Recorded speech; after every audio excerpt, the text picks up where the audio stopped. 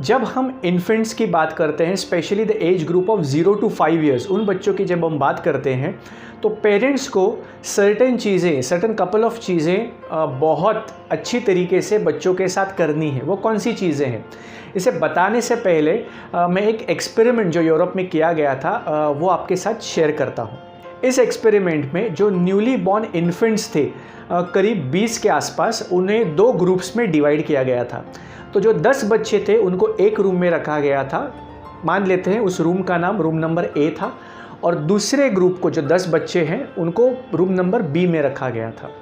अब जो room number A के बच्चे हैं उनको नर्सिस को कहा गया था कि भैया इन बच्चों को आप बहुत अच्छा प्यार देंगे, बेसिक नीड्स सारी फुलफ़िल करेंगे, उनको टच करेंगे, स्माइल करेंगे, थोड़ा खेलेंगे, अफेक्शन देंगे इन बच्चों को, और ये सारी चीज़ें आप करेंगे।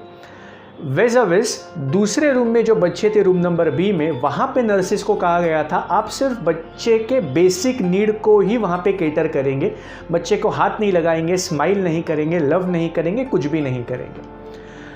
और सरप्राइजिंगली इस एक्सपेरिमेंट को विदिन 24 आवर्स बंद करना पड़ा।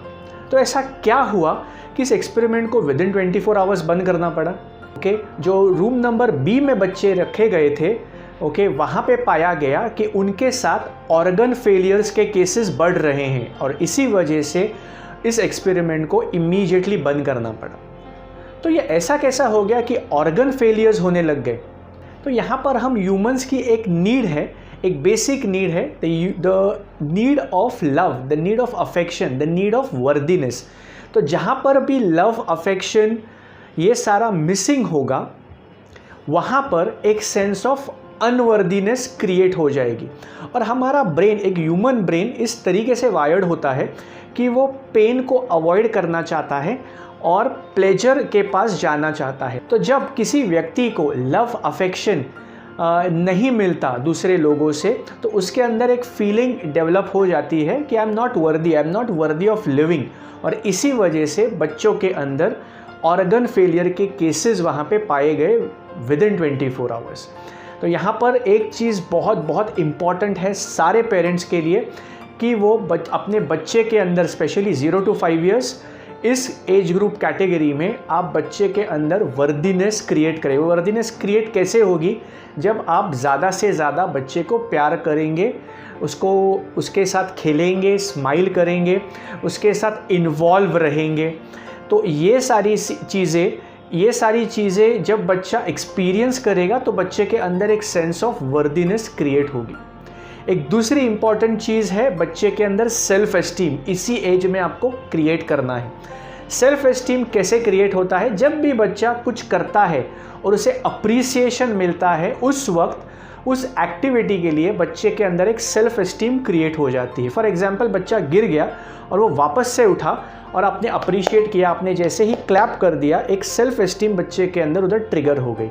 वैसे ही बच्चा कुछ भी करेगा, थोड़ा बोलने को शुरू कर रहा है, या कुछ ही जस्ट स्टार्टेड वॉकिंग, या बच्चा खुद से दरवाज़ा बंद कर रहा है, या खुद से जाके चेयर पे बैठा है, या भगवान को नमस्कार कर रहा है, या जो भी ये छोटी छोटी चीज़ें वो कर रहा है, और उसी वक्त जब पेरेंट्स या फैमिली मेम्बर्स उसे अप्रिशिएट करते हैं, उस वक्त बच्चे के अंदर एक सेल्फ एस्टीम क्रिएट होती है।